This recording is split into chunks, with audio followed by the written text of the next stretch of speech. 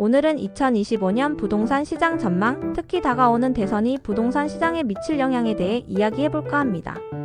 현재 우리 경제 상황은 그 어느 때보다 불확실성이 큽니다. 글로벌 경기 침체에 더해 정치적인 변수, 특히 6월에 치러질 대통령 선거가 부동산 시장의 향방을 가늠하는 중요한 포인트가 될 텐데요. 구독과 좋아요는 영상 제작에 큰 도움이 됩니다. 이재명 후보는 일기 신도시 재정비를 통해 주거 환경을 개선하고 서울의 노후 도심 용적률을 높여 주택 공급을 확대하겠다는 계획입니다.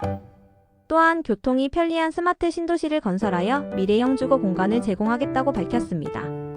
고분양가 해소를 위해 주택 공급 신속 인허가 제도를 도입하여 사업자의 비용 절감을 유도하고 이를 통해 분양가를 인하하겠다는 공약도 내세웠습니다.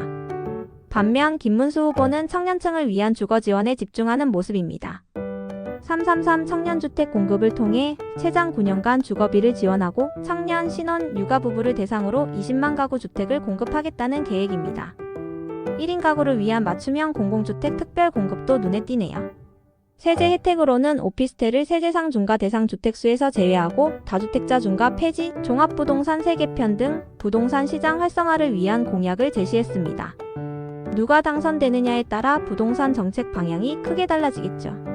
양당 후보 공약으로 보면 여당 후보가 중산층 감세와 기여, 세금 부담 완화 등 시장 친화적인 공약이 많아 부동산 시장에 조금 더 긍정적인 영향을 주지 않을까 하는 전망이 많습니다. 전문가들은 대선 이후 부동산 시장이 단기적으로 조정을 겪겠지만 중장기적으로는 다시 상승세를 탈 가능성이 있다고 전망합니다. 하지만 시장 상황은 녹록지 않습니다. 고금리 상황이 지속되고 있고 주택담보대출 규제도 여전히 강하게 유지되고 있습니다. 이러한 상황에서 정부가 어떤 정책을 내놓느냐가 시장의 향방을 결정짓는 중요한 변수가 될 것입니다. 투자 전략을 짤 때도 신중해야 합니다.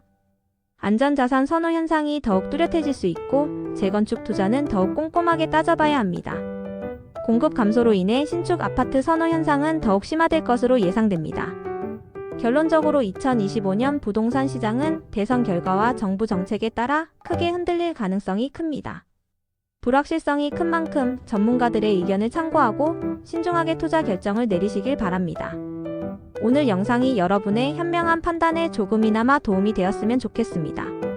부동산 전략 연구소는 개별 토지나 주택 상품보다는 부동산 시장의 전체적인 흐름을 분석하는 데에 특화되어 있습니다.